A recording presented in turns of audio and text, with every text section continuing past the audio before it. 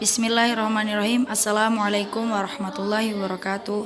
Innal hamdalillahi nahmaduhu wa nasta'inuhu wa nastaghfiruh min syururi anfusina wa min sayyiati a'malina may yahdihillahu fala mudhillalah wa may yudlil fala hadiyalah. Asyhadu an la ilaha illallah wa asyhadu anna Muhammadan abduhu wa rasuluhu la nabiyya ba'da.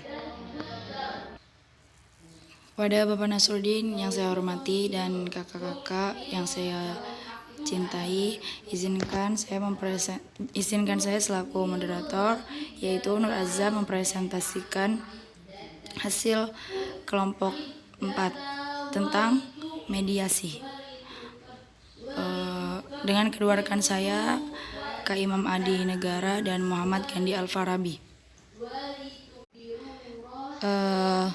Materi yang pertama yang akan disampaikan oleh saya sendiri tentang filosofi dan pengertian mediasi.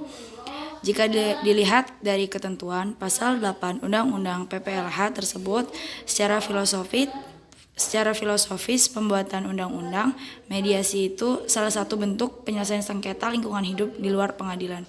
Di samping itu, mediasi juga dapat digunakan untuk menyelesaikan sengketa lingkungan di pengadilan yang mekanismenya didasarkan pada Perma No. 1 Tahun 2008 tentang prosedur mediasi di pengadilan.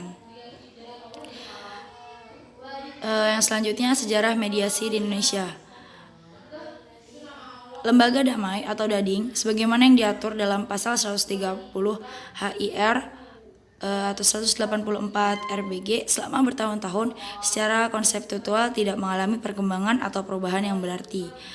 Di dalam praktik di pengadilan, lembaga tersebut secara formal juga menjadi bagian proses persidangan perdata. Pada hari sidang yang telah ditentukan dan dihadiri oleh para hakim menawarkan dilaksanakannya perdamaian. Apabila tawaran ini disepakati oleh para pihak, maka secara persidangan berakhir dan majelis hakim membuat akta damai atau Certificate of Conciliation. Akan tetapi, tawaran damai tersebut akhirnya menjadi formalitas belaka, hanya untuk melaksanakan dan melewati prosedur undang-undang. Hal tersebut tentu saja belum cukup ideal, mengingat sebenarnya amanat undang-undang sebagaimana yang diatur dalam pasal 130 HIR atau 154 RBG adalah usaha aktif dari hakim yang berusaha mendamaikan pihak yang berperkara. Fenomena tersebut menjadi perhatian utama dalam rapat kerja nasional terbatas Mahkamah Agung Republik Indonesia dengan para ketua pengadilan tingkat banding dari 4 lingkungan pengadilan seluruh Indonesia di Yogyakarta yang dilaksanakan pada tanggal 25 dan 26 September 2001. Beberapa hasil atau kesimpulan rapat kerja nasional terbatas Mahkamah Agung Republik Indonesia tersebut menjadi titik tolak dan landasan terbitnya Surat Edaran Mahkamah Agung Nomor 1 Tahun 2002 tentang pemberdayaan pengadilan tingkat pertama, menerapkan lembaga damai pasal 130 HIR atau 154 RBG.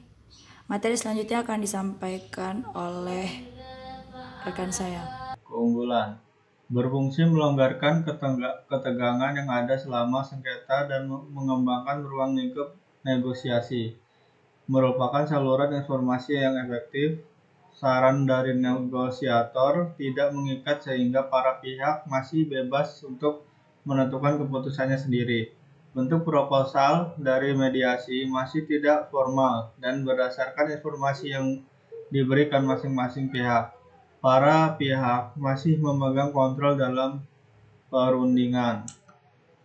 Kelemahannya, tidak semua sengketa dapat cocok diterapkan mediasi karena semua tergantung dengan itikat mediatornya.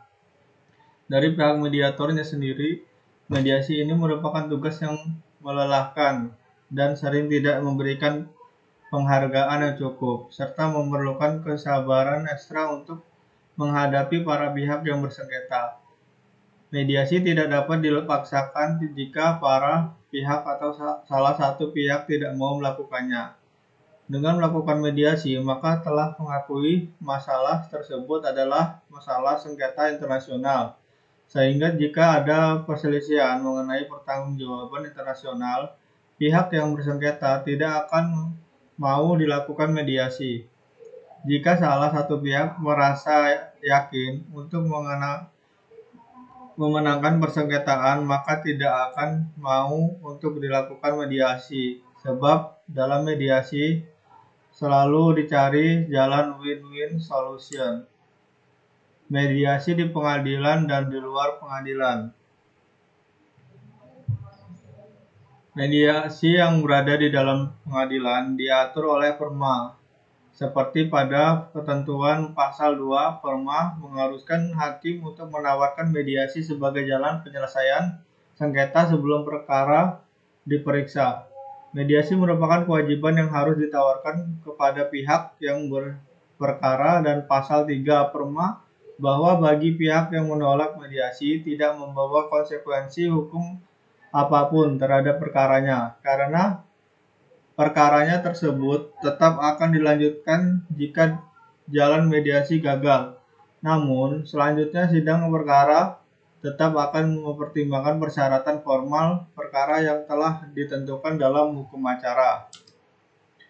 Pada sidang pertama atau sebelum mediasi dilakukan, hakim wajib memberikan penjelasan kepada para pihak mengenai prosedur dan biaya mediasi. Kemudian para pihak dapat memilih mediator yang telah disediakan oleh pengadilan, ataupun dapat menunjukkan mediator dari luar pengadilan. Bila para pihak memberikan kuasa kepada kuasa hukumnya, maka kuasa hukumnya lah yang akan melakukan mediasi.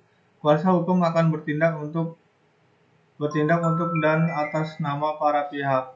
Dalam pasal 4 Perma nomor 02 tahun 2003 disebutkan bahwa dalam waktu paling lama 1 hari kerja, para kuasa hukum mereka harus berunding untuk menentukan mediator. Penentuan mediator ini harus berdasarkan kesepakatan kedua belah pihak. Setelah semuanya tersepakati, maka hakim memerintahkan untuk segera melaksanakan proses mediasi. Mediasi di luar pengadilan. Mediasi di luar pengadilan di Indonesia terdapat dalam beberapa undang-undang yang sudah dimuat, seperti Undang-Undang Nomor 30 Tahun 1999 dan PP Nomor 54 Tahun 2000. Undang-undang ini menekankan penyelesaian sengketa di luar pengadilan dengan menempuh cara arbitrase atau alternatif penyelesaian sengketa, dan mengatur tentang luas lembaga penyedia jasa pelayanan penyelesaian sengketa lingkungan hidup di luar pengadilan. Proses pelaksanaan mediasi di luar pengadilan dalam Undang-Undang Nomor 30 Tahun 1999 diatur dalam pasal 20 sampai 24. Sedangkan proses pelaksanaan mediasi dalam ketentuan pasal 20 PP 54 Tahun 2000 dimulai dengan pemilihan atau penunjukan mediator oleh para pihak pada lembaga penyedia jasa. Atas dasar penunjukan, maka mediator secepat mungkin melakukan mediasi untuk menyelesaikan sengketa secara damai. Setelah proses mediasi tercapai, maka kesepakatan tersebut dijadikan dalam bentuk perjanjian tertulis di atas kertas bermaterai dan tanpa ditandatangani oleh para pihak dan mediator.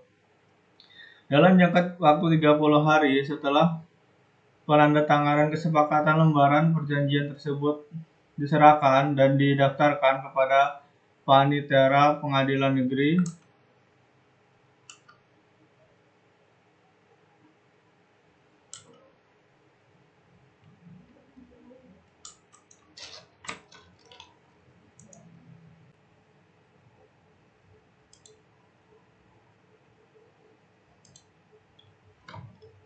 Tahap-tahap pelaksanaan mediasi.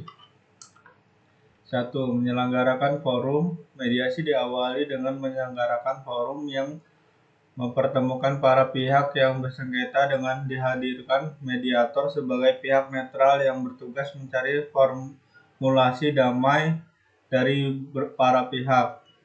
Menciptakan forum diawali dengan menentukan jadwal pertemuan yang dihadiri para pihak serta mediator. Supaya mediator mendapatkan pemahaman yang cukup mengenai permasalahan yang terjadi pokok sengketa, maka para pihak harus menyerahkan kepada mediator hal-hal antara lain A. Fotokopi dokumen yang terkait dengan duduknya perkara. B. Fotokopi surat-surat yang diperlukan. C. Dan hal-hal yang terkait dengan sengketa.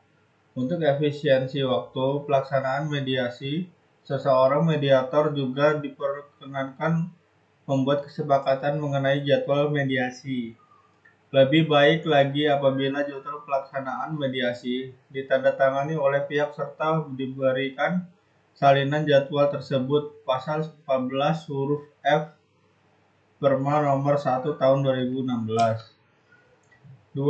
Presentasi para pihak atau penyerahan resum. Tujuan dari presentasi ini adalah untuk memberikan informasi kepada mediator tentang situasi perkara serta keinginan dan harapan pada pihak. Yang ketiga, identifikasi masalah. Peran mediator yang sangat penting adalah mengidentifikasi pokok masalah atau sengketa.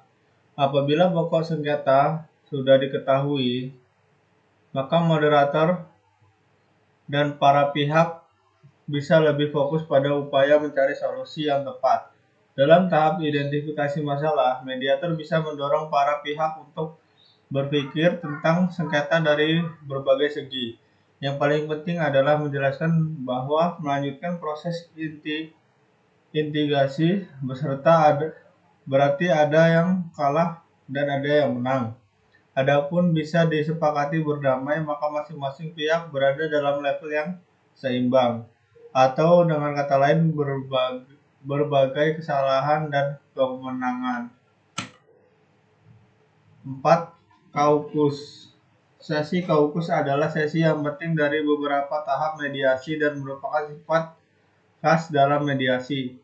Mediator mempunyai alasan dan tujuan dalam mengadakan pertemuan terpisah. 5. Keterlibatan ahli dan tokoh masyarakat. Ahli dan atau tokoh masyarakat dalam sesi mediasi adalah supaya para pihak bisa mendapatkan pandangan mengenai hal tertentu terkait pokok-pokok sengketa sehingga mereka bisa mendapatkan gambaran yang objektif karena disampaikan oleh ahli dalam bidang tertentu. Prinsip-prinsip mediasi menurut Rath Carlton,